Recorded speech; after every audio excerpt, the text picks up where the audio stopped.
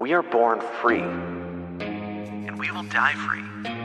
The time in between, though, that's complicated.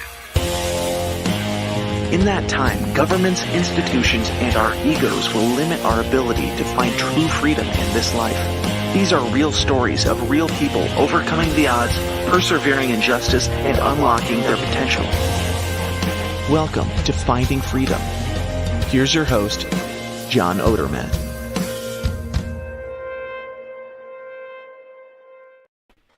Hey, welcome back to another episode of Finding Freedom right here on the Lions of Liberty Network. And have a great guest lined up for today. I'll introduce him in just 1 minute. Before I do that, just want to thank our live watchers here who are watching live on Thursday afternoon, 5 p.m. on the East Coast.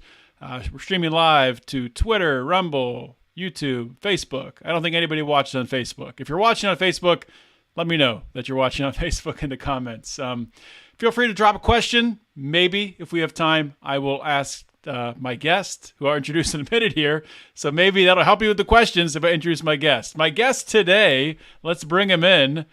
It's Clay Clark. Clay's been on the show. I think this is his third time coming back on Finding Freedom. And Clay's a business trainer, an entrepreneur, event organizer, podcast host, author, public speaker, investor, and he's a real estate investor as well. So he keeps himself busy. Clay, welcome back. Brother, I appreciate you. And I want to just clarify, everything you said is true, but I think it sounds more impressive than it is. Really what it comes down to is I have a to-do list every day, and I wake up at 3 a.m. and I make a plan for my day.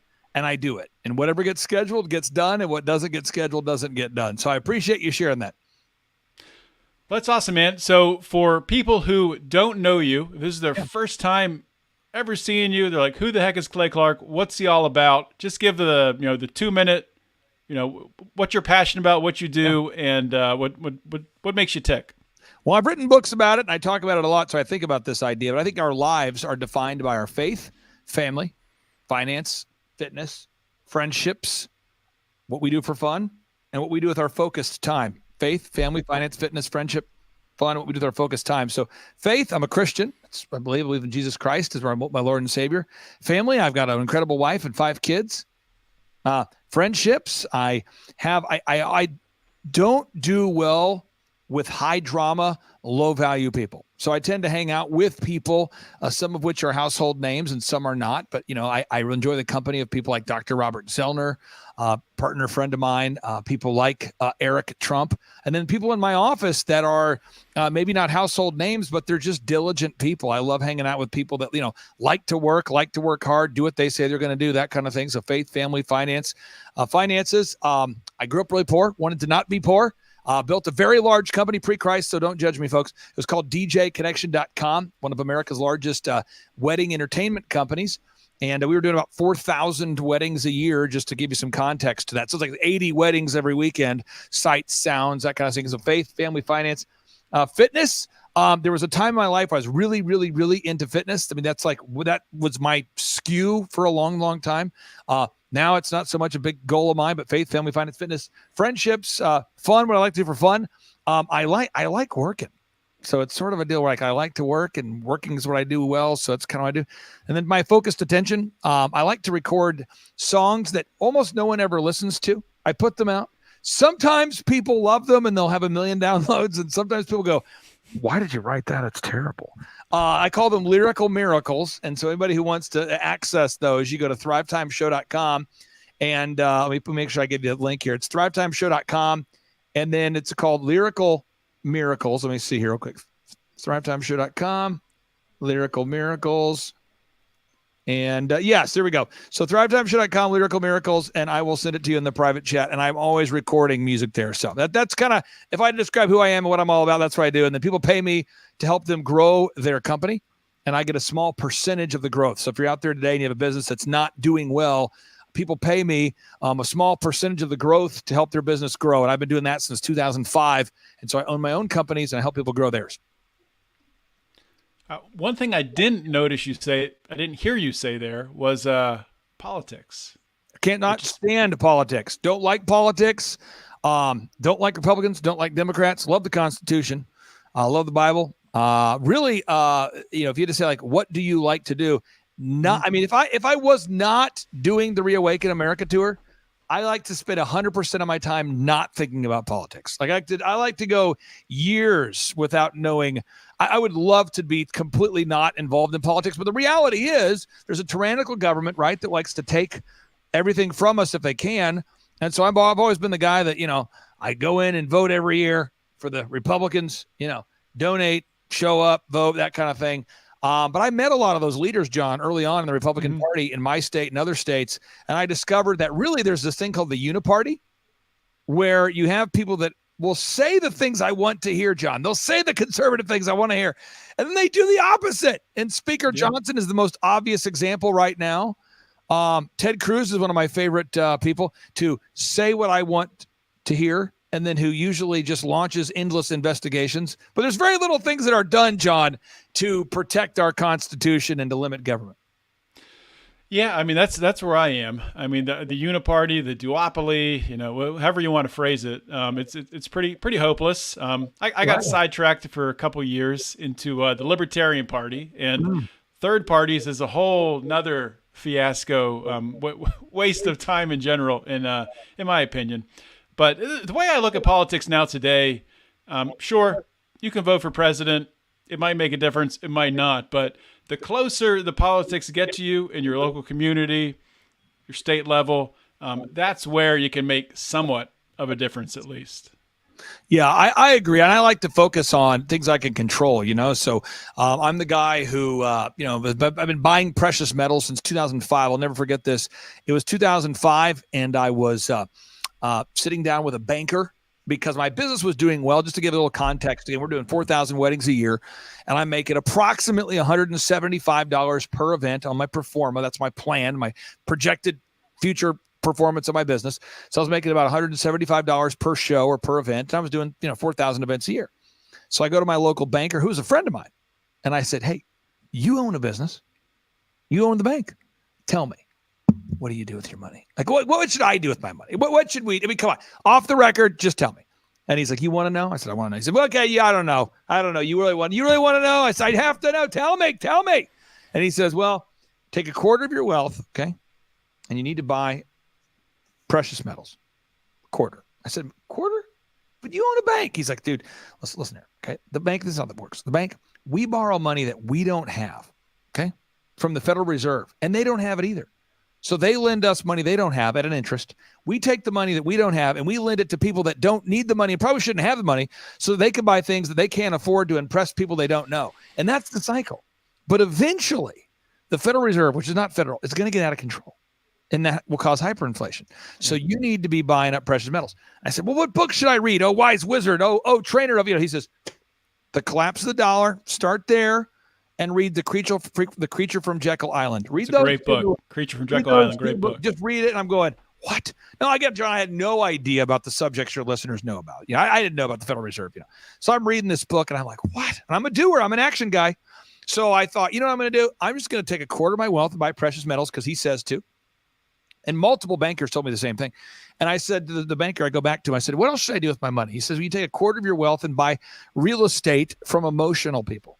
So buy real estate from emotional people and then buy precious metals. That's what you do." I said, "What do I do with the other half?" He's like, Wait, hold on a second. If I could just, from emotional people, I think I know exactly what you mean. Can you explain that? Well, he was telling, again, when I first heard it, I didn't know. And I said, what do you mean? And he says, like if someone's getting a divorce, like that's a good source for leads. Yeah. A divorce attorney. You want to get to know that guy. And I said, what do you mean? Because I was 25 years old. He says, "Clay, when people are getting divorced, there's so much emotion to it. And usually she gets the house and she's like, I don't even care, just sell it, or he gets the house. I don't even care, sell it. There's a lot of emotion there. And so you can usually, buy the house for 20% less than it's worth. And then so I started learning about that. And then it led to, Rich Dad, Poor Dad, Robert Kiyosaki's books here. And that's kind of what I was doing. And so I have done that.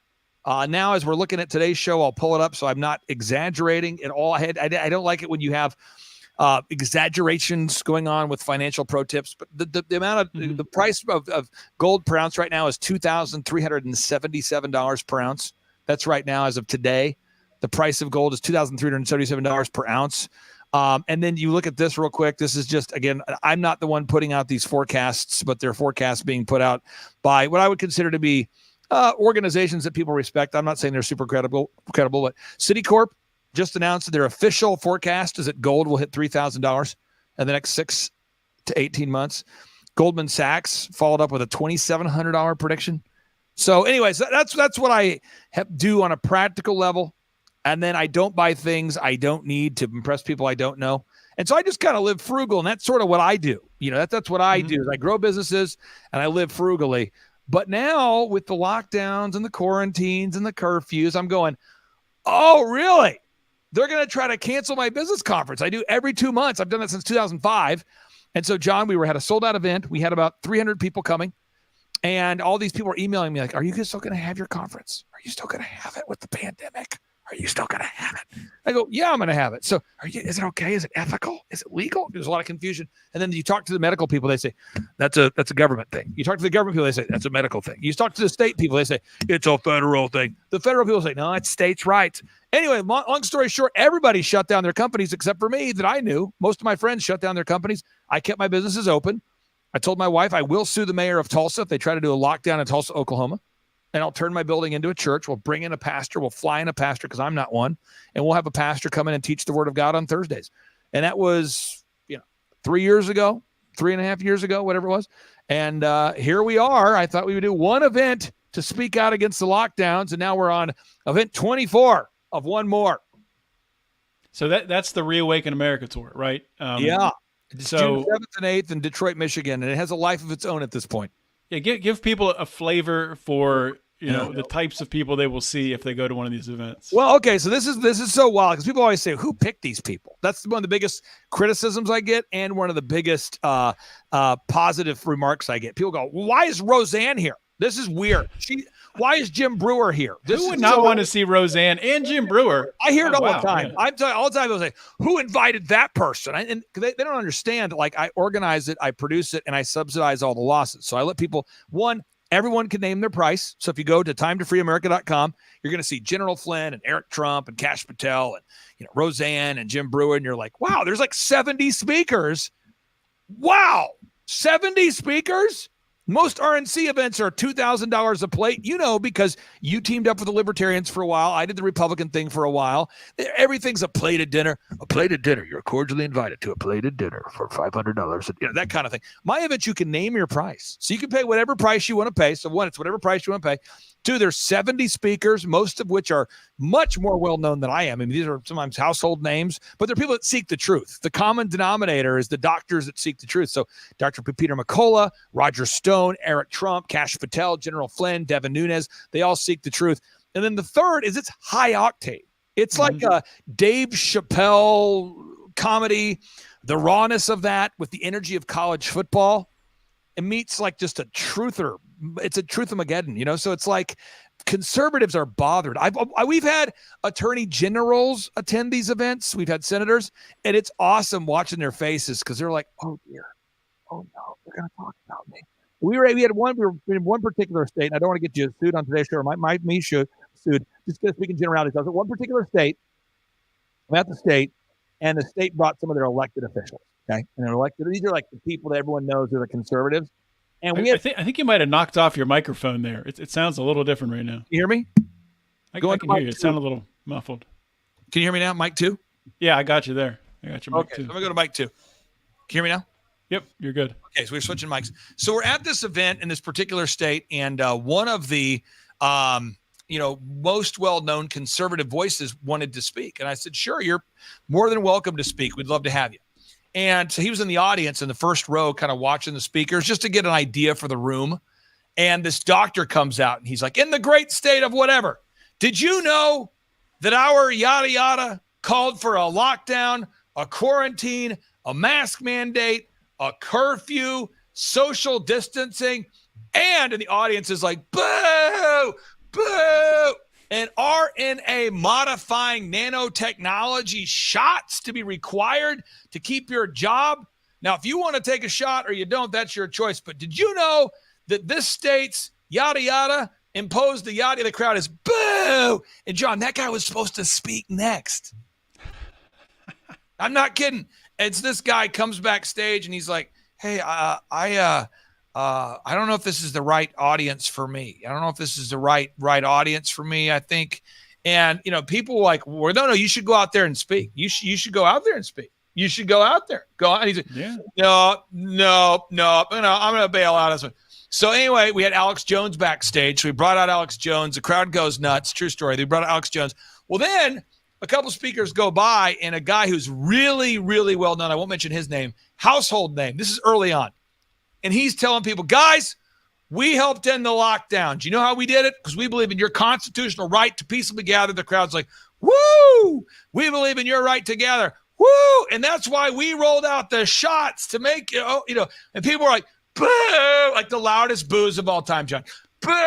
Was it Donald Trump? No, it was not Trump. It was a person who had connections to the White House, okay? Yeah. And they were trying to take ownership of Operation Warp Speed. And the crowd is just, boo!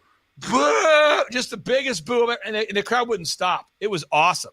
And so person gets backstage and they're going, why did I get booed so hard there? I go, well, because there's RNA modifying nanotechnology in those shots, you see. And they're going, huh? And they actually learned about it, true story, backstage. And then now they've come out very publicly and famously, again, just trying not to get you sued on today's show, that they came out very publicly now and have said, I have admitted I'm wrong, and those shots are bioweapons. I had no idea. So, I mean, it's a learning opportunity for the speakers, too, because people think that these speakers are all knowing. A lot of them are not. They know their little silo of information, but they might not know the whole conversation. Yeah, I think that's true with most politically connected people. They're getting fed information from their aides and their, PR people, and you got to say this and the polls say that. And I think a lot of the time they don't actually think it through themselves, which is kind of scary, but that's really the environment that we're operating in when it comes to Washington, D.C. But I did want to jump back. So you were talking about your investment portfolio. I think we talked about Bitcoin and cryptocurrency a little bit last time. I know we talked about a CBDC, central bank digital currency, but just wanted to get a feel for where you stand with regards to Bitcoin and crypto. Well, okay, now in terms of a portfolio, I want to be clear about the word portfolio. It makes it sound too incredible. Where's my money flow? How about that? Yeah. And I'm not saying that I'm discounting what you're saying. I just want to make sure this doesn't feel like a highfalutin conversation that maybe, because sometimes when I say the word portfolio, people get, so what do I do with my money? Where's my money flow? Okay. Yeah. I like to buy precious metals because I know, and I have known for a long time, and I think your listeners know too, that Brazil, Russia, India, China, South Africa, the BRICS bloc, Brazil, Russia, India, China, South Africa, they are going to roll out a gold-backed programmable central bank digital currency. They are going to. It is a fact. A programmable. Really? Yeah. Is there? Why is that a fact? Where's the evidence we can read about that and learn about it? Like it. Good question. So we're going to go to DuckDuckGo, and then we're just going to type in gold-backed currency. We're just going to do that real quick. And I think that'll be gold-backed currency. And when you do that, let's type in BRICS after that. And that should give you enough articles from people that are much more respected than me. But you're beginning to see the BRICS nations are talking about introducing a new currency system. And again, you can look at the different articles, kind of work your way through it.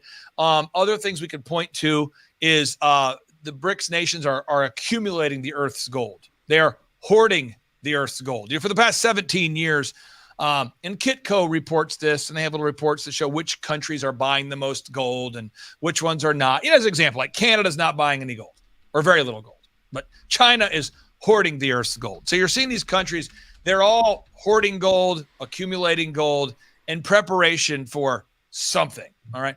Also, there's a wonderful feed on Twitter. If you go to Twitter, twitter.com, and then you do a search there for BRICS, you'll find this, and I'll send it to you right now, a link here. Let me send it to you real quick. Sending a link. Send a link. Feeling the flow, hit and send. Okay. So it's twitter.com/BRICS-info. And you can sort of follow the BRICS nations. But what's happening is Brazil, Russia, India, China, South Africa, they've been hoarding gold for the last 17 years. But then on the first of this year, you had Iran, Dubai, Saudi Arabia, Egypt, and Ethiopia. They've all joined BRICS. So Saudi Arabia, Dubai, Egypt, Ethiopia. There you go. And they've all joined BRICS. And so now Putin has announced, because Putin's the head of BRICS for this year. They kind of rotate who's in charge there. So they're announcing that right now over the next, if you scroll down, I think just a couple more scroll downs, you should see it. But the BRICS nations are announcing they're going to try to aggressively expand and add up to 25 to 40 BRICS nations here over the next couple years. Yeah, so you're seeing that BRICS plans to add sort of between 25 and 40 nations. So that means that the BRICS bloc would control the vast majority of the Earth's oil, of the Earth's gold, and of the Earth's military. So nothing to be concerned about unless you're thinking about it. So I would recommend that you would, I buy precious metals, gold and silver. I would recommend that. Now, I'm not going to speak anything negatively about Bitcoin. Can't speak negatively about that. All I can say is that I am personally buying precious metals. Okay, so precious metals, and I agree with you. I have precious metals too. I think that, people who have, the income saved up should diversify a certain amount and have some precious metals for sure. Question I would have though, so let's say that things do go sideways, Federal Reserve does collapse, and maybe people like you and I, maybe since we do have gold, we become targets and we need to get out of the country. So should we be putting plans in place for things like that to happen? Is that kind of what you see in the future? Or do you think that there could be a situation where there's a collapse and we're able to rebound here in the United States? Well, I'll say this. This is all I think about. So what you're telling me, or the question you're asking me is pretty much all I think about. I'm like, man, we got to save this country. But as I watch, my good friend Peter Navarro go to prison, this is the guy who authored the Trump economy. Think about this. This is the guy, 74 years old, John, 74 years old. He authored the Trump economy. He's the one who introduced low taxation, tough negotiation with China, and this, again, low taxation, tough negotiation with China, and deregulation. I mean, that's the big contributions he made to the economy and more, but that's what they, the Trump economy, people say, Trump. They're talking about the economy usually. They love the Trump economy, right? People love the Trump economy. The guy who authored that or led that, Trump's chief economic advisor, was Peter Navarro. So I have a lot of concern that man is in prison right now for failing to turn over his personal communications that he had with the president of these United States when he was working in that official capacity.